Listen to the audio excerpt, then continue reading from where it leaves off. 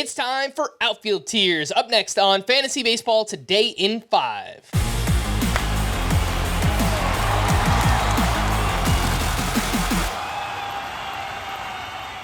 Welcome into FBT in 5 on Thursday, January 25th. I am Frank Stanfield, joined by Scott White, and let's jump into the Outfield Tiers. A new tier has emerged. The unmatched Ronald Acuna, so good, he gets his own tier across all of the positions, followed by the first rounders. 8 names in this tier: Julio Rodriguez, Corbin Carroll, Mookie Betts, Kyle Tucker, Fernando Tatis, Aaron Judge, Juan Soto, and Yordan Alvarez. Also, Shohei Ohtani would be in this tier. He's utility only, likely to be drafted in the late first, early second round. The also elite tier, none. 0. Zilch. More on that in a second. The near elite, 13 names: Luis Robert, Mike Trout, Cody Bellinger, Adolis Garcia, Michael Harris, Randy Arozarena, Kyle Schwarber, Nolan Jones, Josh Lowe, Jazz Chisholm, Christian Yelich, Jackson Chourio, and Wyatt Langford. Scott, lots of names here. 2 names that I would argue maybe need to be in that also elite tier, which has 0 names: Luis Robert and Adolis Garcia. Why not? Why not? Why not indeed? Well, okay. Let's backtrack a little bit here, so I can kind of talk through my whole methodology. So obviously this is a very loaded position at the top.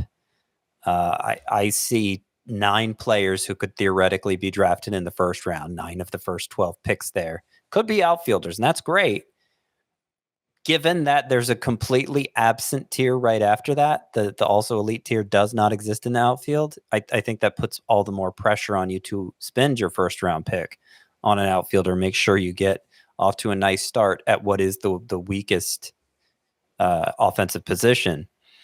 So, yeah, I mean, I could understand the argument for putting Luis Robert, Adolis Garcia in that vacant also elite tier.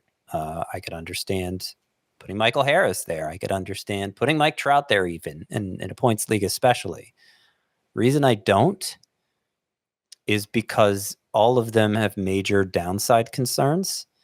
Luis Robert managed to stay healthy for 145 games last year, but that was the first time he played even 100.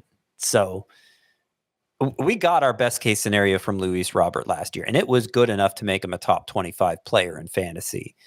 But I don't necessarily trust him to stay healthy for that length of time again. In fact, I just straight up don't trust him to stay healthy for that. And even if he does, they're going to be counting stats issues playing in such a bad lineup. He drove in only 80 runs last year for as good as he was.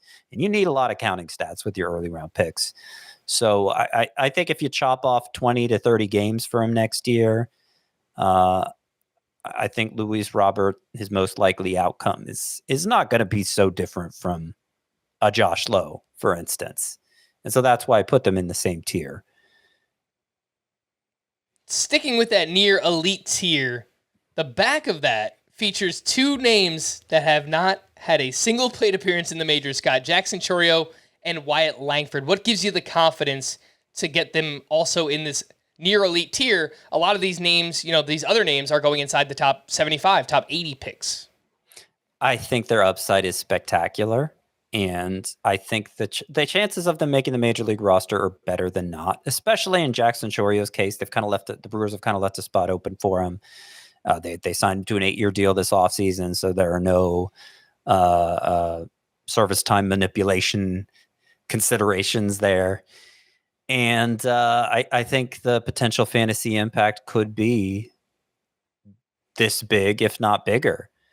Of course, there's downside risk for players who haven't debuted. Just look at what happened to Jordan Walker last year. But Jackson Chourio and Wyatt Langford, I think their skill sets are more diverse. I think they've come closer to actualizing their full potential in the minors. And I think by the time we're drafting for real, we've had a couple weeks of spring training action and seen these guys produce. I think they're going to move way up the rankings about to the point where I have them here. All right. If you want to hear about the rest of Scott's outfield tiers, you can do so on our full-length podcast, Fantasy Baseball Today, which you can listen to on Spotify, Apple Podcasts, the Audacy app, or anywhere else podcasts are found. Thanks for listening to Fantasy Baseball Today in 5, and we'll be back again on Saturday. Bye-bye.